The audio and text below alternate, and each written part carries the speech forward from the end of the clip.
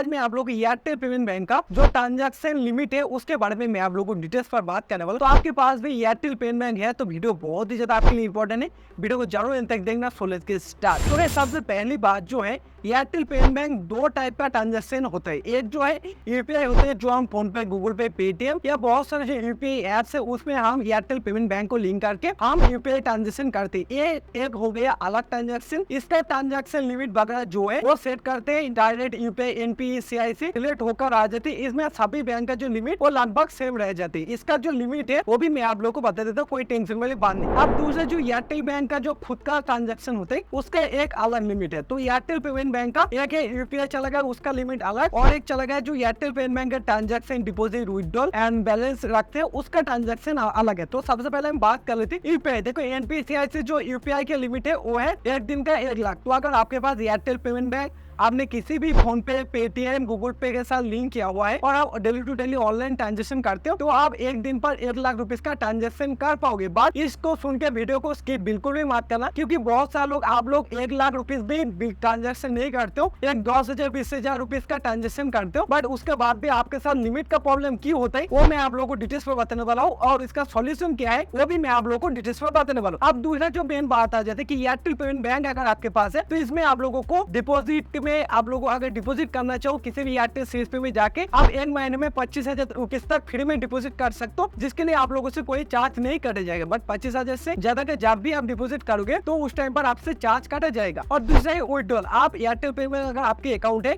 और उसमें बायोमेट्रिक देकर आप एक महीने में 10,000 रुपीस तक फ्री में विथड्रॉल कर सकते हो। अगर 10,000 लिमिट क्रॉस करोगे तो आपके अकाउंट से कुछ चार्ज काटेगा। और बाकी एक एपीएस के माध्यम से भी आप पैसे विथड्रॉल कर सकते हो आप अपने एयरटेल पेमेंट बैंक पर। और आपकी एयरटेल पेमेंट बैंक पर आप अप टू आपके एयरटेल पेमेंट बैंक पर आप अप टू 2 लाख रुपीस तक रख सकते हो। इससे ज्यादा का बैलेंस आप अपने एयरटेल पेमेंट बैंक पर रख नहीं सकते, क्योंकि पेमेंट बैंक का जो लिमिट है वो 2 लाख रुपीस तक की लिमिट है।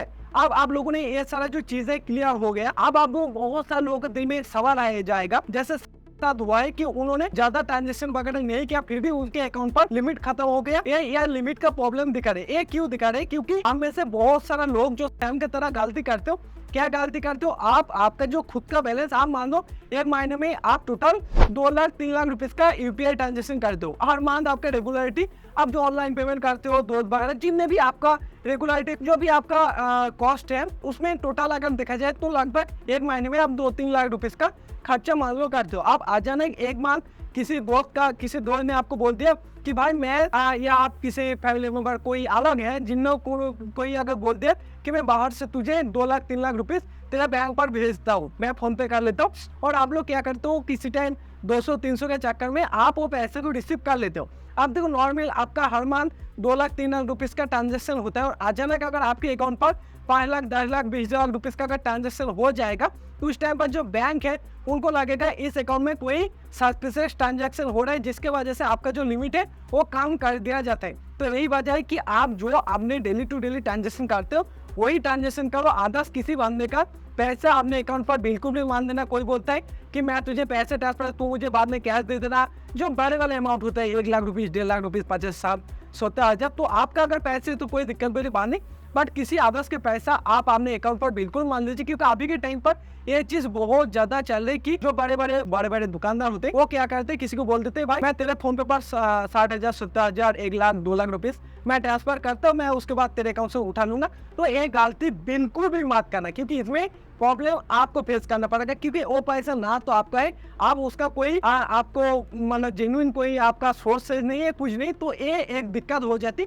और मैंने जो बोला कि अचानक आपके अकाउंट पर एक ह्यूज ट्रांजैक्शन होने की वजह से ये आपका जो अकाउंट है सस्पिशियस ट्रांजैक्शन पर चला जाता है, जिसके वजह से आपके अकाउंट पर लिमिट को कम कर दिया जाता है। उसके बाद जब आपने आधार कार्ड पैन कार्ड को सबमिट करोगे उसके बाद फिर से आपका लिमिट को ठीक कर दिया जाता है। पर इमरजेंसी टाइम अगर स्कैम के तरह आपका पैसा का जरूरत है तो ये की सोल्यूशन की आपको एपीएस के थ्रू उसका अकाउंट में जो पैसा रहेगा उसको विड्रॉल करके देना पड़ेगा, क्योंकि एपीएस के थ्रू आधार नंबर देकर उसको पैसे विड्रॉल करके दे सकते हो। एक दिन पे 10,000 रुपीस तक उसे विड्रॉल करके दे सकते हो। तो इमरजेंसी टाइम अगर किसी टाइम इस टाइप का प्रॉब्लम आपके साथ हो जाए तो आप यूपीआई में विड्रॉल नहीं कर पाओगे या बैंक ट्रांसफर भी नहीं कर पाओगे। आपको बायोमेट्रिक देकर, आधार नंबर देकर आप एपीएस के थ्रू पैसे विड्रॉल कर सकते हो। तो यही एक सॉल्यूशन है जो मैंने दिया, बट को भी मैंने ये चीज अच्छे से बोला कि भाई तू ये गलती बिल्कुल भी मत करना, क्योंकि वो भी बहुत सारे लोगों को पैसे लेता था, उसके बाद उसे कैश कन्वर्ट करके देता था, जिसके बाद में वो चाय लेता था। बट वो एक काम करते थे, उसका सेविंग अकाउंट उसके एयरटेल पेमेंट अकाउंट पर, जो उनके लिए एक गलत साबित हुआ। और आप ये गलती